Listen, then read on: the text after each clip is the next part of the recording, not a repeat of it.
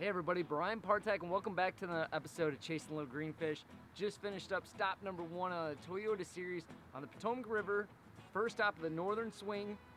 Learned a lot of lessons this trip. Not the finish we were looking for, but I got some information I'd like to share with you. Stay tuned, the Potomac River recap is headed your way. How can you not have fun on the Potomac River? If you're not having fun, you're doing it wrong.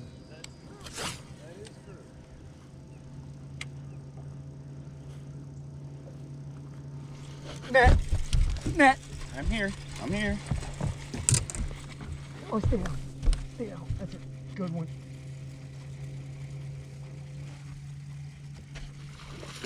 I'm over to your right. I'm coming. Come on up. Got it. There you go. And it just come off, dude. Thank you. Sorry, dude. No, you're good.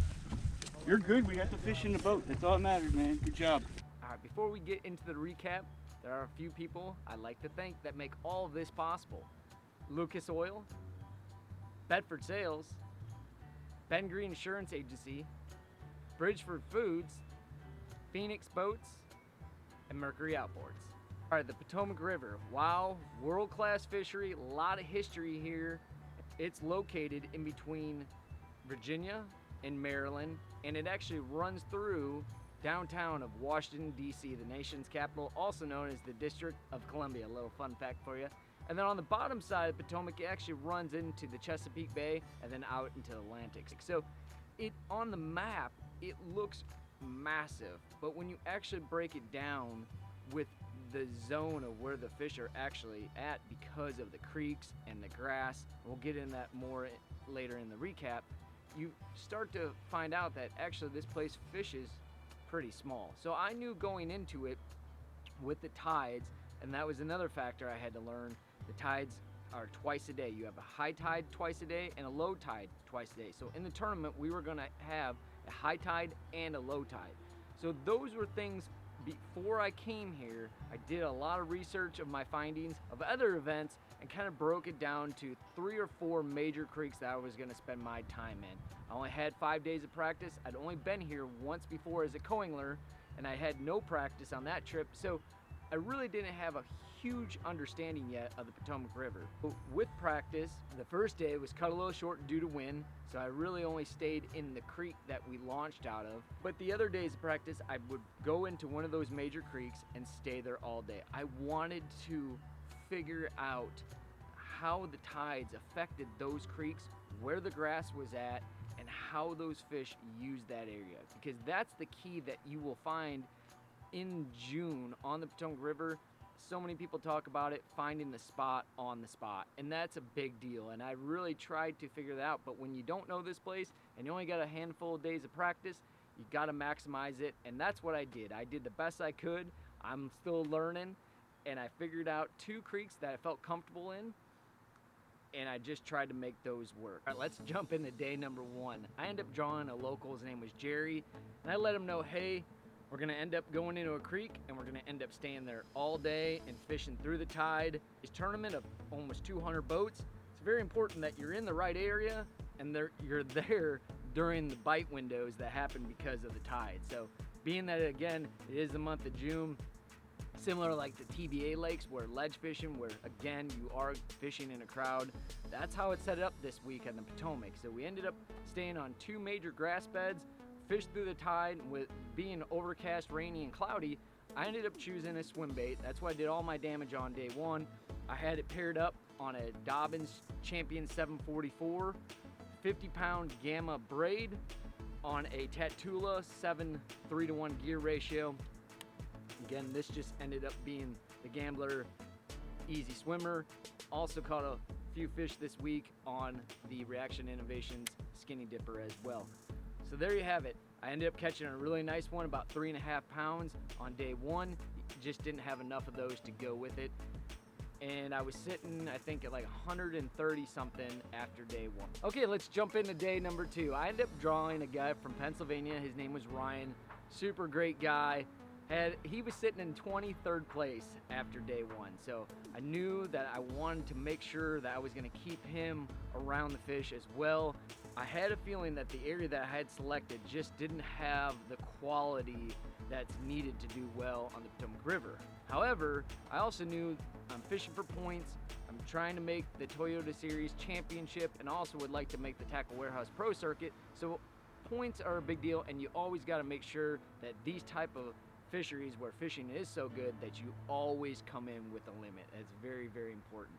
So I let him know, hey, we're going to stay in the area I was yesterday. We're going to try to both catch a limit, and then we'll go make some runs around and try to hopefully run into a big one or two.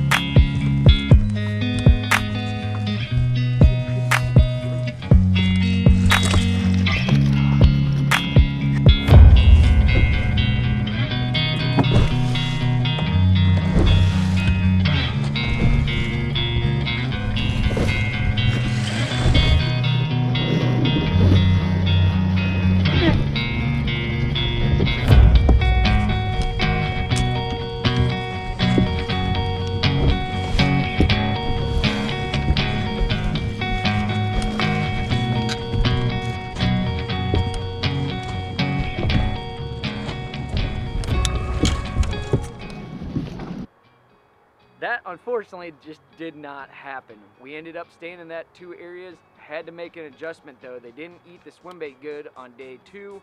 I went with the Z-Man jackhammer in 3/8 and ½ ounce. And what's special about this bait is, again, no secret here, because of changing the trailer, you can change what you're actually emulating, whether it's a perch, a crawfish, a shad, a bluegill. This just, again, is so deadly on the Potomac River, and I really got to see that. And I just kept it simple. I was just reeling it nice and steady through the grass.